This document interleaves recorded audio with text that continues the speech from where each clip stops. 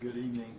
We want to get information to you in a timely way, and by doing this at 10 o'clock tonight, it's our hope that the public will have this information in time for the order that will take effect tomorrow. We're not doing this in an effort for people to panic. We all need to stay calm and get through this together. All right? Dallas County is reporting 5 additional presumptive positive cases of COVID-19 in Dallas County residents. These cases are in addition to the previous 3 presumptive positives announced. One of the Dallas County presumptive positive COVID-19 cases has no travel history, domestic or international. This indicates that we have community spread of COVID-19 in Dallas County.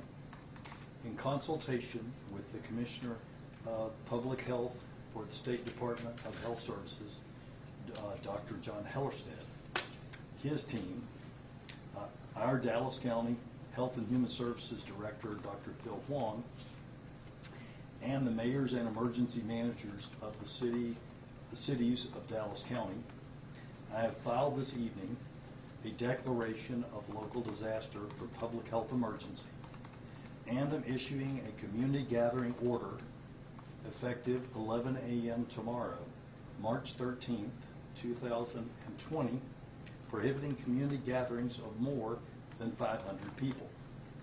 It's imperative that the public do their part in following this community gathering order. I know Dallas County is up to the challenge. Our people always rise to the challenge, just as we have in tornadoes and crisis before this, and I have confidence in all of you. The new cases announced today are a woman in her 70s, one man in his 40s, one man in his 50s, one man in his 60s, and one woman in her 60s. 2 persons are hospitalized and 3 are isolating at home.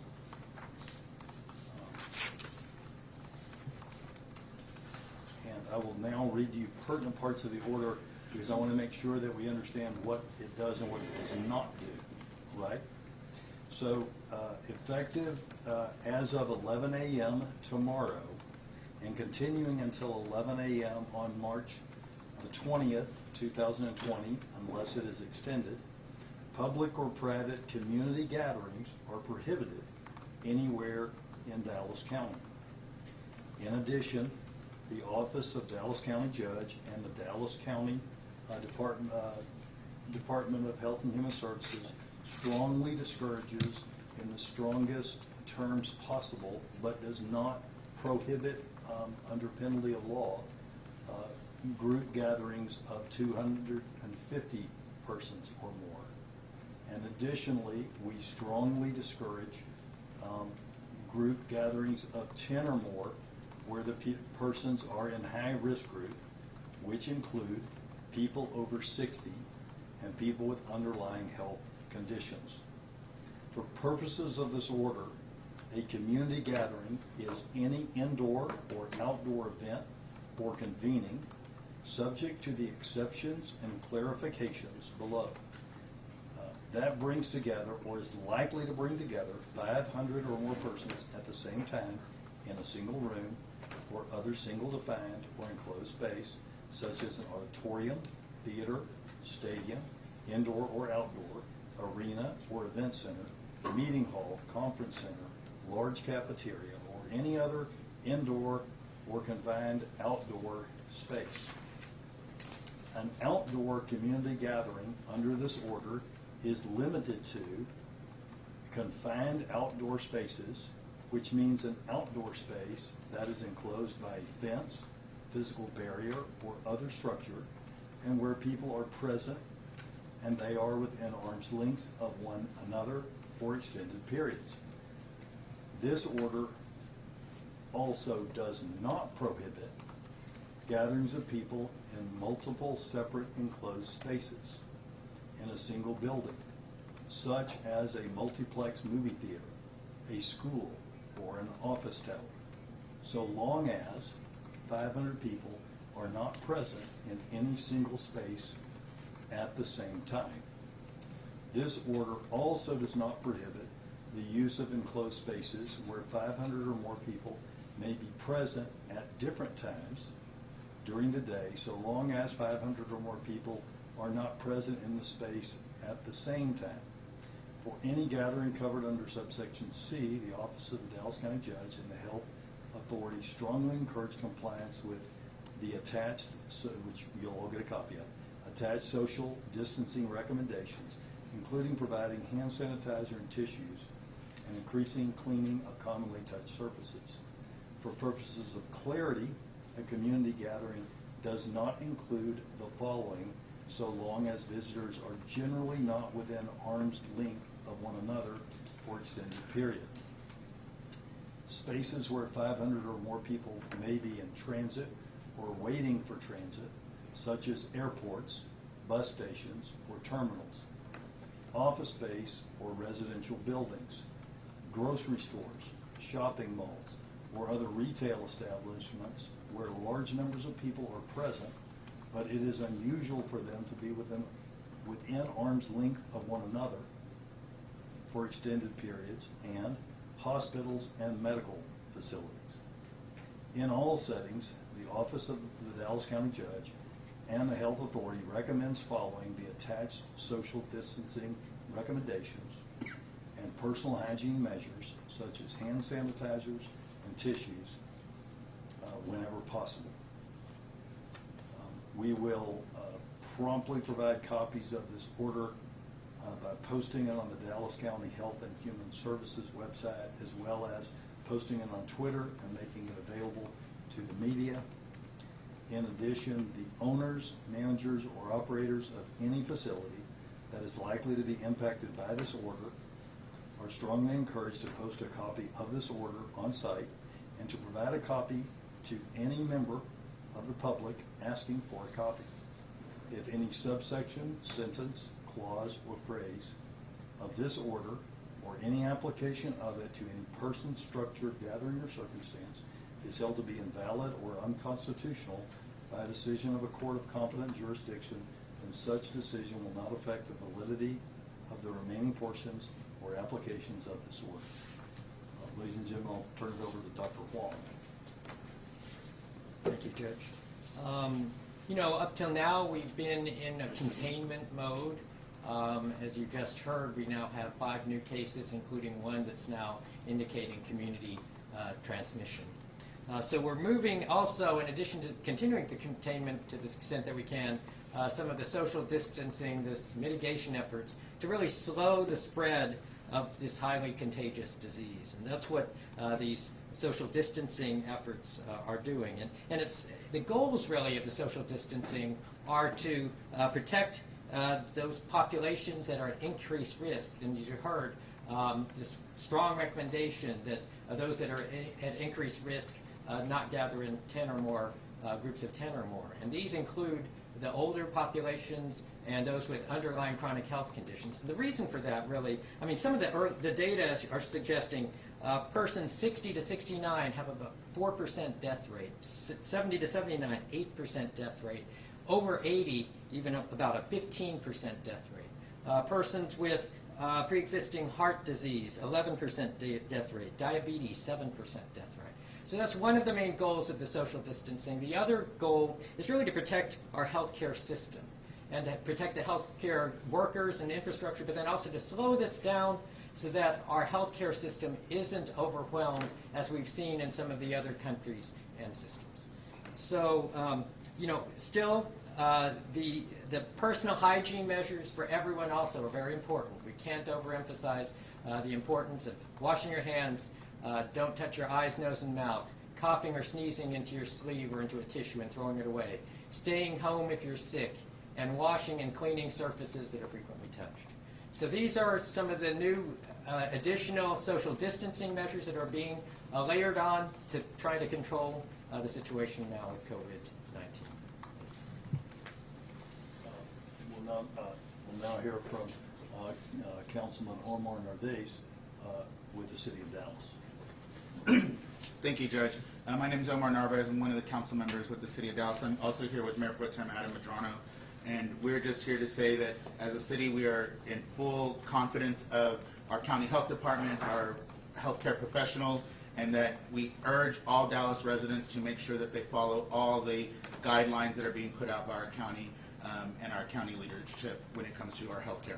Thank you. We also with us up here today is Rocky Vaz, who is the emergency manager for the city of Dallas, and Dr. Isaacs, Marshall Isaacs, who is, I believe, the top head of emergency medicine at Parkland, as well as the doctor with maybe not, so he's shaking their head. I just gave him a promotion at Parkland. Anyway, he is an important bigwig, and he's head of medicine for Dallas Fire and Rescue. With that, we'll take your questions. Jeff, what was the tipping point here? Was there a threshold that you were looking for to sort of prompt this declaration? Yes, community spread, and we have community spread, and now it is incumbent on all of us, Jobin, to do everything that we can to keep that from accelerating. If that gets into our nursing homes, our senior centers, and gets to our older than 60 population, it will be deadly, and we got to do everything that we can to keep that from happening. Can you share which cases, those 5 presumptive positive cases, where they live? Which cities they live in? What we can say on that is that one is a resident of Balch Springs, and the others today are residents of the city of Dallas. What sort of enforcement measures will there be for the restrictions on large gatherings? Is this going to be fines, or is it just the hope that people will adhere to this policy? So there will be the possibility of people do not comply, that they will be cited. Dallas is a very responsible place, and I don't worry that the greater Dallas community, including all of our cities, and the people who live there will comply. If you are successful and big enough to be holding gatherings of 500 people, I have no doubt that you are a responsible person who would do nothing to disregard a health directive and put the people that come to your event at risk. I think what we'll probably see is that not only will you not see meetings of 500, but you'll see people taking us on our, as yet, this is not a prohibition that's punishable by fine, but our strong recommendation that gatherings of over 250 do not take place. So what about houses of worship? Churches? So I convened a call today with a sampling of houses of worship, which included persons of the Christian, Jewish, and Muslim faith. I certainly recognize it also included some hierarchical denominations, in other words, bishops of denominations that have lots of houses of worship. At that point, we were talking about 1,000 in our call with the mayors. The consensus was around 500, but in that call earlier today, about 1,000. As I always am, the ministers talked about the impact that could have on their houses of worship, but to a person, they wanted to do what was best for public safety, and they were supportive of that. And I suspect that all of our faith community will be supportive of that. It is a rare situation when in times of crisis, the best thing is for people not to come together and comfort one another and pray. And but I am confident that we'll have their full support. Maybe someone from the city can answer this. Are there any conventions or conferences that you are aware of that is immediately going to impact this, that need to be canceled? Yeah, I don't have the list in front of me, but I know there's a Dallas Auto Show at the Convention Center later, I believe, middle of next week. That will be impacted, but there are a lot of events, and we will have a list of that sometime early tomorrow. What's the next trigger when we have more cases? Will the city of Dallas make an emergency declaration? Well, I'll let the city of Dallas answer that. So again, we are here fully supportive of the county's actions today. The city of Dallas is working on its declaration, like many other cities within Dallas County, and the mayor will have a statement on that tomorrow. Is there a belief that these five presumptive cases is just a drop in the bucket, and there are hundreds, possibly thousands infected with this virus here in this county? Well, I think what's safe to say is obviously we have not positively tested everyone who has the virus. And although Dallas County has more testing capability than most other places in the United States, no one has testing capabilities to get to everyone at this point. That is rapidly improving as commercial labs come online.